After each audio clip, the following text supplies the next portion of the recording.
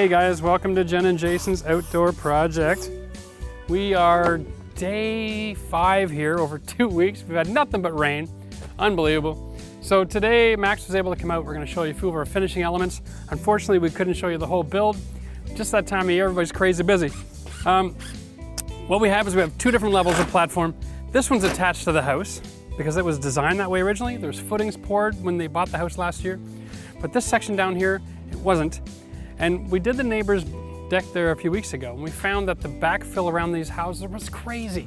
Huge boulders, massive trees, anything and the biggest stuff you could find. These builders just kind of really went to town and making it difficult to put anything in the dirt. So what we're doing is, this one's attached to the house, this one's a floating deck, we showed you that in a video before, and we're connecting the dots now, so we have to be a little bit creative, because we're gonna get some frost, there's gonna be some movement on this side, there's gonna be noise in the background today because we don't have the luxury of time. This stairs, these are bolted to the upper section and just resting on the lower section. So in the wintertime, things can move around and it'll settle in the spring and everything will be fine. We're finishing the transition from one to the next with planter boxes. Again, these, they're not attached to anything, okay? They're just resting in the gap. So we're gonna show you how to make a planter box like this, a couple of simple little tricks. We're gonna finish a few pieces of skirt board. We're gonna put in some post and rail for the stairs. We're gonna finish off some decorative handrail work that's almost done. My son's been taking care of all the handrails here, he's doing an awesome job.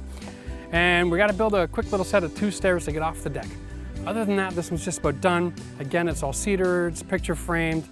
It's just gorgeous. You gotta love all the black accents, even the gate. Everything here you can buy at the local building store. So it's really simple for you to just kind of take this kind of project and build at your own house. We don't have any time to waste, so let's get right down to it. What's up, everybody? So today I'm going to show you guys the deck that I built with a little help with my dad. This is the deck that I started about 2 weeks ago. It's a full cedar deck, so we got some really nice good looking wood here, and to go with the nice looking wood we need some nice looking railings. So that's what I'm going to show you guys today. We got some black spindles with some black caps, looks very nice, and we got some cedar posts to make it look all very sexy. So here we go. All right, so beginning with the spindles, we're using some black painted aluminum spindles so we don't get any rusting on this nice cedar wood. To start off, we wanted to begin with these little black post caps, or not caps, little slots, I would say. What I wanted to do is I wanted to strap my hard concrete black pieces to the 2x8s, which is the substructure of the actual deck. By doing so, I had to create some calculations and make sure that every single piece is exactly the same measurements as my corner piece. That way the deck looks very linear, looks awesome, and here we go. All right, so starting off with our cedar slots, we got some pre-drilled holes here. We bought these at the store, and they actually fit perfectly with these black aluminum spindles, which is very helpful for us. The best way to install it is by placing your piece completely and exactly where you want it to go. And the best way to work from it is by working left to right. A little strategy I created was twisting the little spindle so it's 50 down here and 50 down here and 50 up here, right? And as we work left to right, and we get every single spindle in,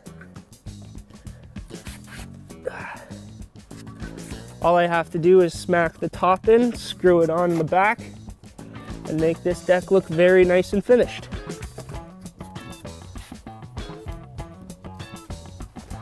Ta-da! All right, so we'll smoke it down here.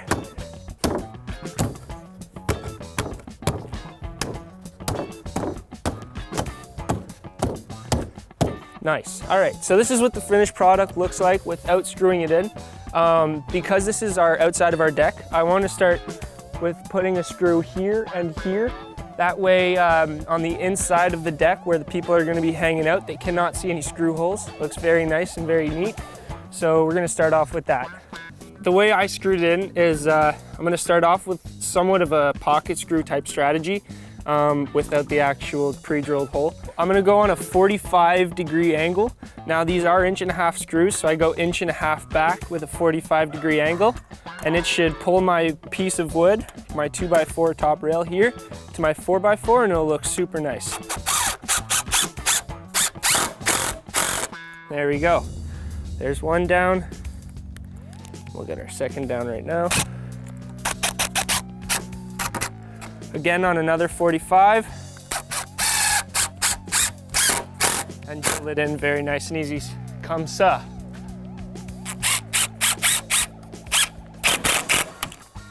Each screw that I got into this railing right now, it's got about 80 pounds of shear strength. So that's about 600 pounds after every single screw that I've put in.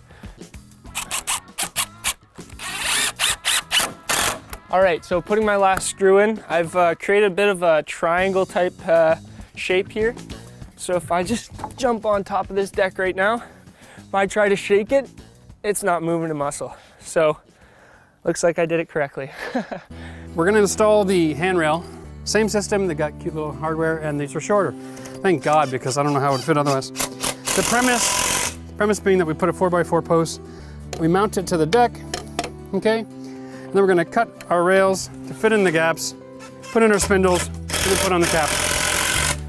Relatively straightforward. The secret here is to make sure that you got the right angle. So you wanna have your 2x4 on the nosing of your stairs, okay? Check your spacing. Try to get the gap the same. Mark your 2x4s on the inside. Throw that on and cut that bad boy for me. 1.5 inches into the post. The reason for doing this is so we have something to screw to. We want to really kind of tie this all together. I mean, this system is great through the floor, but wouldn't want to rely on it entirely.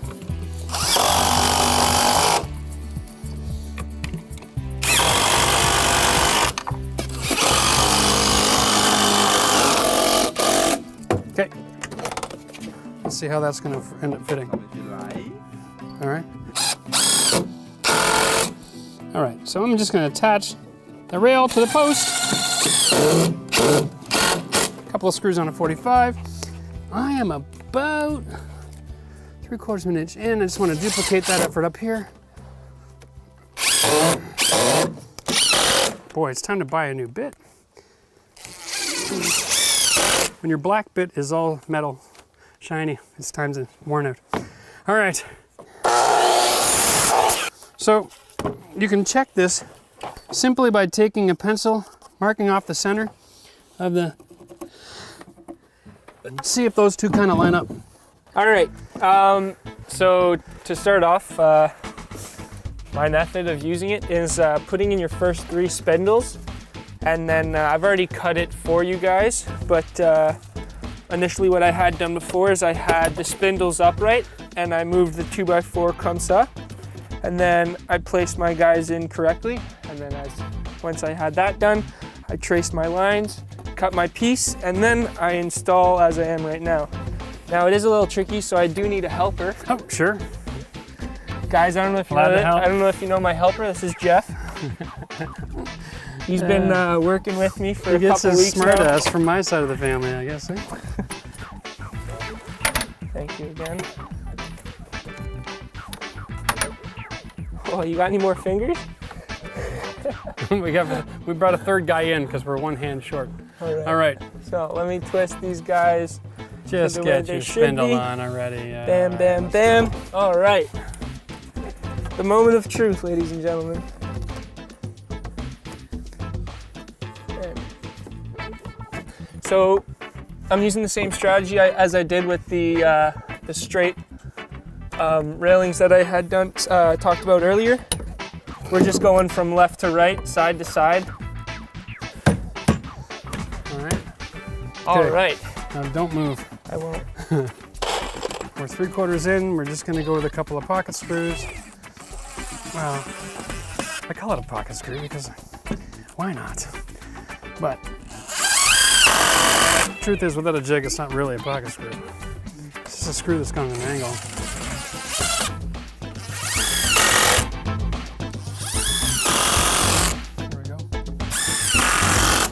All right, so now that the railings are finished, Nate's gonna jump on the saw for me. What we're gonna do is we're just gonna take a couple of dimensions. We have 2x4 across the structure of this deck, which can take our load from these planter boxes. So the idea basically is we're gonna have something sitting here that's also sitting over here, all right? And that's how we're making our planter box. Nice and easy. And it doesn't matter if things are moving around because there's lots of space, there's a little overhang, and the skirt that's attached to the planter box will determine if it's in or out. You can just adjust it every spring, not gonna hurt anybody. So we need a top and a bottom rail, and we wanna cut it in, and we want it to be pretty. So the front of this box, we wanna be the same dimension as this. Right? We wanna have this board mirrored on the front. So we're gonna go with a 43-inch size planter. We've already got the top and bottom for the front of this cut at 40, minus the thickness of the 2x4s. We're gonna build the sides first and then measure and cut them in, and we'll show you how to do that, really simple. Because the boards are gonna be coming across the front, flush, to mimic the skirt. It's actually gonna finish like this, and then this side will go over top. So just to set this up, we're gonna go with flush. Everything we're doing here is designed for simplicity. Just go flush to flush, no measuring necessary. Okay, so that sets my size.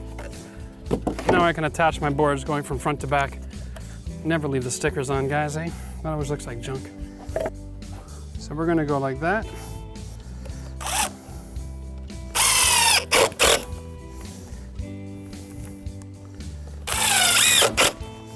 We're gonna just put in 2 screws, left and right side. We're not gonna stagger them. When a piece of wood is that short, I don't need to stagger it.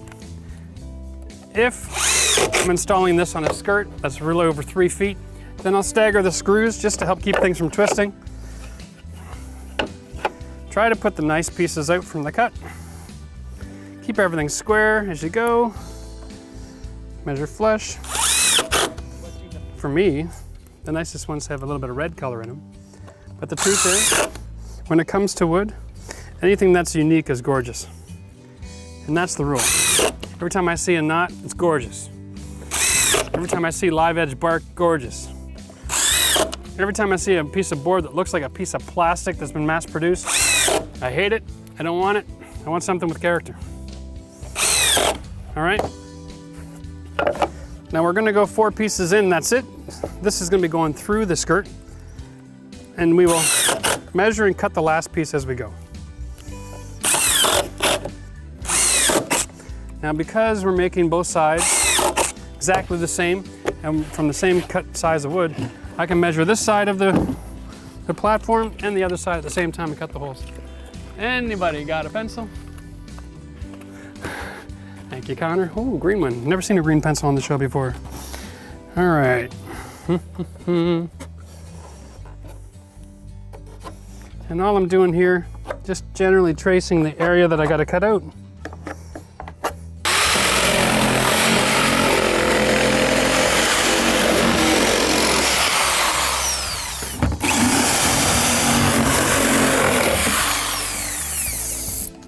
So with these holes, I made them bigger in every direction. We're gonna be adding framing, flooring, trimming, so it doesn't really matter, right? I just wanna make this easy. So stick it in, that's that side of the planter box. Life is simple. There we go, so half of my life is just cut, measure, repeat. Here we go.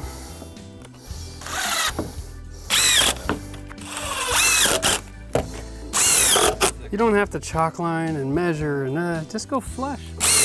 Cut your wood first, make everything flush, knowing that flush makes square. As long as you're cutting square, flush is square. Flip this over, toss that one on this side.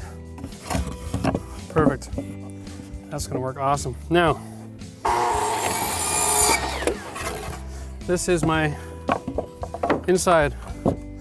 Because I measured off the back skirt, and I'm using the same size building material, I know that this is automatically square as soon as I put the screw in.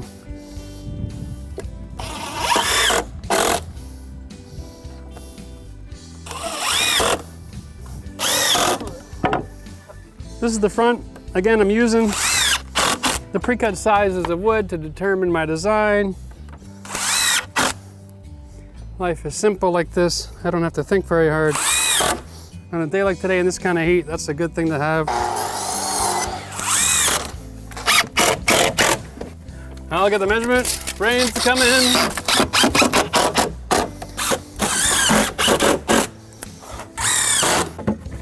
Now here's the floor. You just set this right on top of the 2x4s.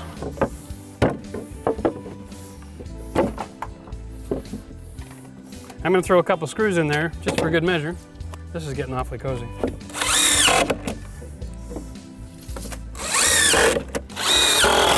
Now nothing special here. We're looking for gravity to do most of the work.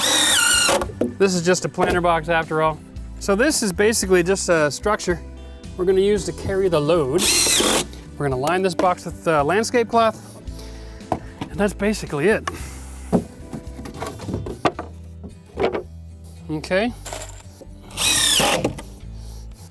Because we're landscape cloth and we have all this board here, just wanted to add one more layer of drainage. I'm gonna drill a few holes with a spade bit, just to make sure. I don't want anything to start seeping out all through the front, all over the deck. So somewhere near the front of the deck, I'm just gonna toss a couple of holes into the board.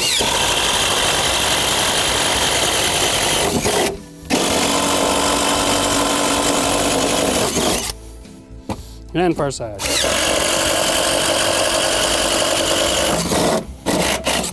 That way, if we ever get a heavy rain, it gives this planter a chance to drain out without causing too much of an issue.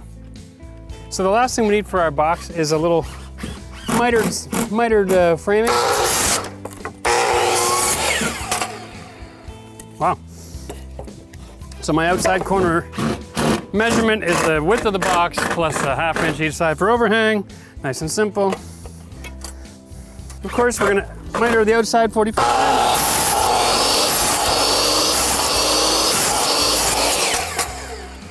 Sometimes that's just the easiest way to do it.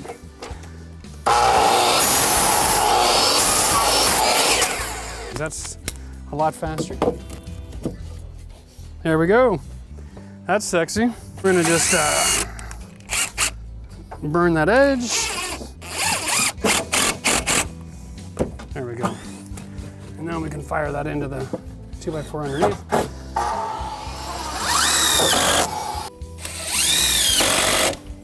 We're gonna connect the outside corner here. All right. We're gonna set up our overhang, which is 1/2 inch.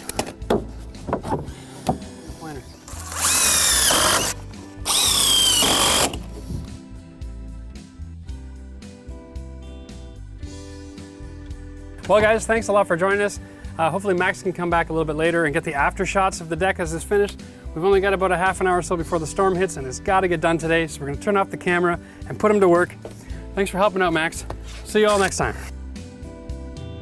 If you're enjoying these videos, subscribe to the channel, hit the like button, but most importantly, comment on the videos. By all means, or a suggestion of video you'd like to see, let us know. We'd love to be in touch.